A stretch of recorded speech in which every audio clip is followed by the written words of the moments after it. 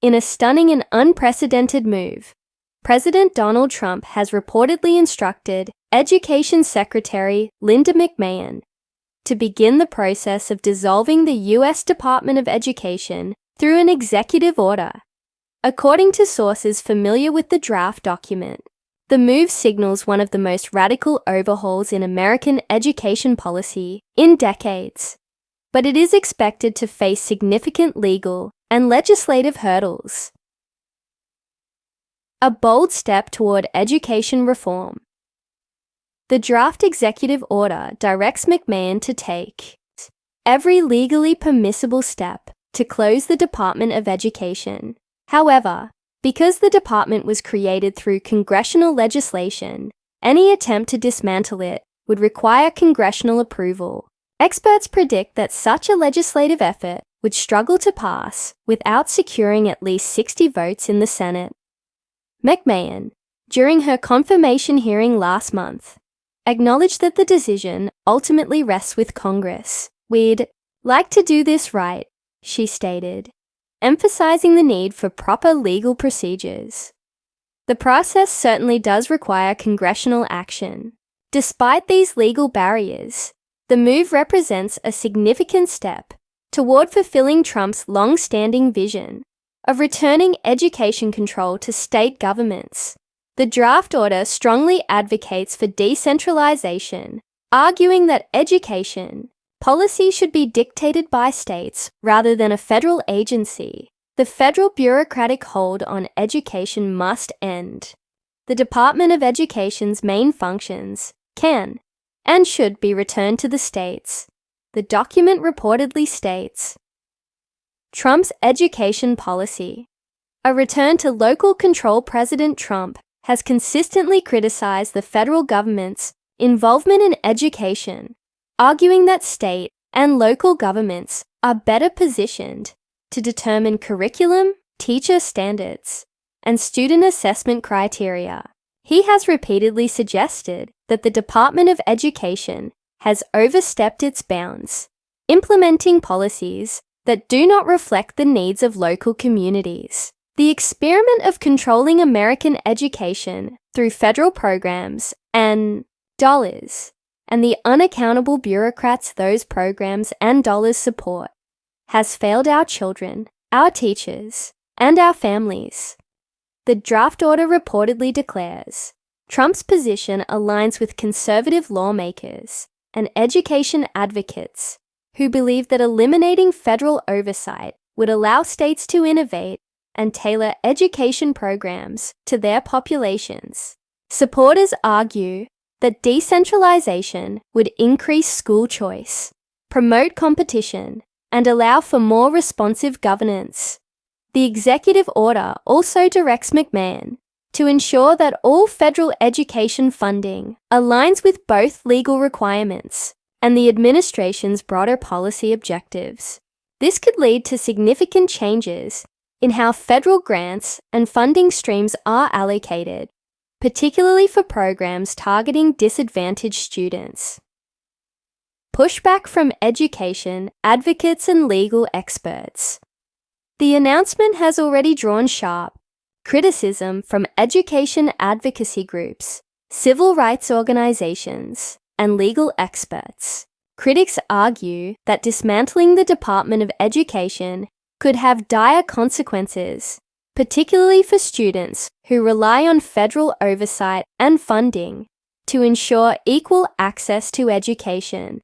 Eliminating the Department of Education would severely undermine efforts to support the most vulnerable students, including those protected under Title IX, Title VI, and the Americans with Disabilities Act, said Augustus Mays, Vice President of Partnerships and Engagement at the Education Trust. The Department of Education plays a key role in enforcing federal civil rights laws, overseeing financial aid programs, and administering grants for low-income and disabled students. Without a centralized federal agency, experts warn that protections for marginalized students could be significantly weakened. The future of federal education. Funding education experts cautioned that terminating the Department of Education could jeopardize funding for programs such as the Individuals with Disabilities Education Act, IDEA, and Title I, which provides assistance to schools serving low-income families. Billions of dollars in student grants, scholarships, and federal loans could also be left in about bureaucracy. The Department of Education is responsible for overseeing student loan programs, Pell Grants, and programs that serve students with disabilities, said Lily Eskelsen Garcia, former president of the National Education Association. Without federal oversight, many of these programs could be at risk of mismanagement or elimination. Trump's order does not specify how programs that depend on federal oversight would be managed if the department were dissolved. Some experts suggest that responsibilities could be transferred to other federal agencies, while others warn that the lack of clear direction could lead to confusion and disruption. Ending diversity and inclusion initiatives. One of the most controversial aspects of the draft order is its directive to terminate federal funding for diversity, equity, and inclusion (DEI) initiatives.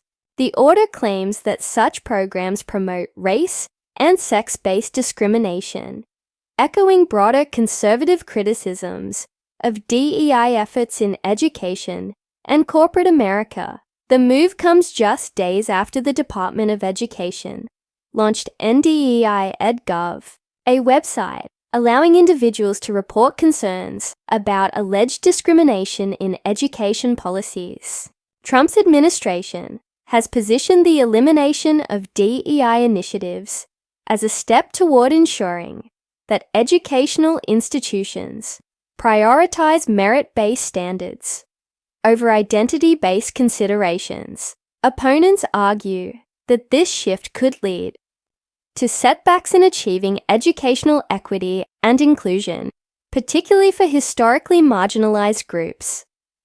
McMahon's business-oriented approach to education reform. Linda McMahon, a former CEO of World Wrestling Entertainment, WWE, has promised to apply a business-minded approach to education reform. In a department-wide email, she outlined her vision for reducing bureaucracy and restoring education authority to state and local governments. My vision aligns with the president's to send education back to the states and empower all parents to choose an excellent education for their children, McMahon wrote. Her background in the private sector suggests she may focus on efficiency, cost-cutting measures, and reducing federal intervention in education policy. However, critics argue that a corporate-style approach may not be well suited to addressing the complexities of public education. Internal changes already underway. Since the beginning of Trump's second term, dozens of Department of Education employees have been placed on administrative leave, encouraged to retire, or laid off. These moves signal the administration's commitment to restructuring the agency, even as the fate of the department remains uncertain.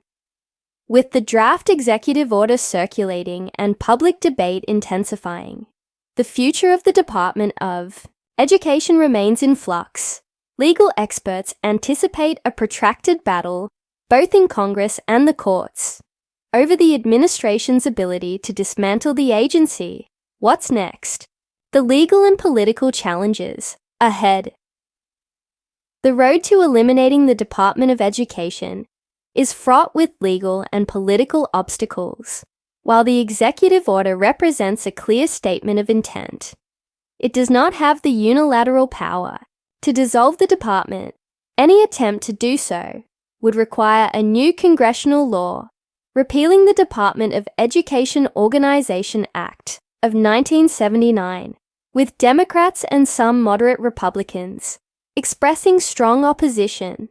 Securing the necessary votes for such legislation appears unlikely. Additionally, advocacy groups are expected to challenge any attempts to undermine federal education oversight in court.